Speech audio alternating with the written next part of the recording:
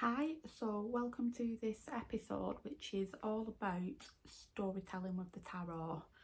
Okay, and this is a really great exercise just to get you working that intuition and just trusting in yourself and your abilities in reading the cards. Okay, so how I've chosen to do this today for you guys is I've picked 4 cards out from the Major Arcana. I've got the Fool, the Moon, the Hermit and Judgments, and basically this is just going to just tell a brief little story, just going through the cards of a scenario that can happen. Okay, so however you want to do this is up to you. You can purposely pick some cards out that you feel drawn to, or you can just do a shuffle, pull some cards at random.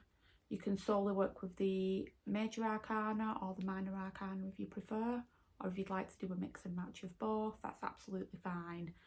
I'll just say a really good thing to do is, if you're doing this, is either be writing it down and just jotting down your story as you go, or just record it and then you can listen back to it, and it just really helps you in building that relationship between yourself and your cards, and also just that trusting yourself for doing this. Okay, so we start off with the Fool, and here we have this lovely young girl who's ready to go on a journey of self-discovery and realisation, with no idea what the future holds, but she's got perfect trust in herself, and she's also very excited to go on this journey, as she's somebody who likes to, you know, explore a bit of the wild side. Okay, and then as she's walking along, the darkness starts to fall, and she starts to get confronted with things that she thought she may have been comfortable with, but she actually wasn't. And when that wild dark side comes to the forefront for her, she begins then to think she wants to cling on to that tame side. She's not quite ready for this just yet.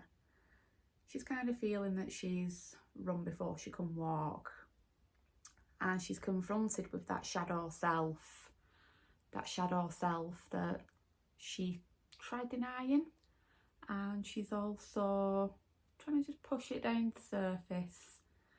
So she's not as brave and as comfortable as what she first thought when she set out only a few hours before. And she has a bit of a moment, and she feels like she's plunging into the depths of despair. Who is this shadowy person within me? I thought I was all love and light, but I'm being confronted with something that I'm really not too keen on now, and this feels uncomfortable, and I feel like I'm drowning in this overwhelming urge of feelings. I want the light, but I feel like I'm being sucked down right into the pits of the darkness. And as she's falling and falling, suddenly she sees a set of stairs, and they take her back onto dry land. And it's then that she realises that she needs to sit with these uncomfortable feelings that are coming from within, that you need to confront both the dark and the lights, those shadowy aspects of yourself. You need to learn those lessons from them. And it's here that she now realises that she needs to just sit alone for a while and just ponder the uncomfortable truths.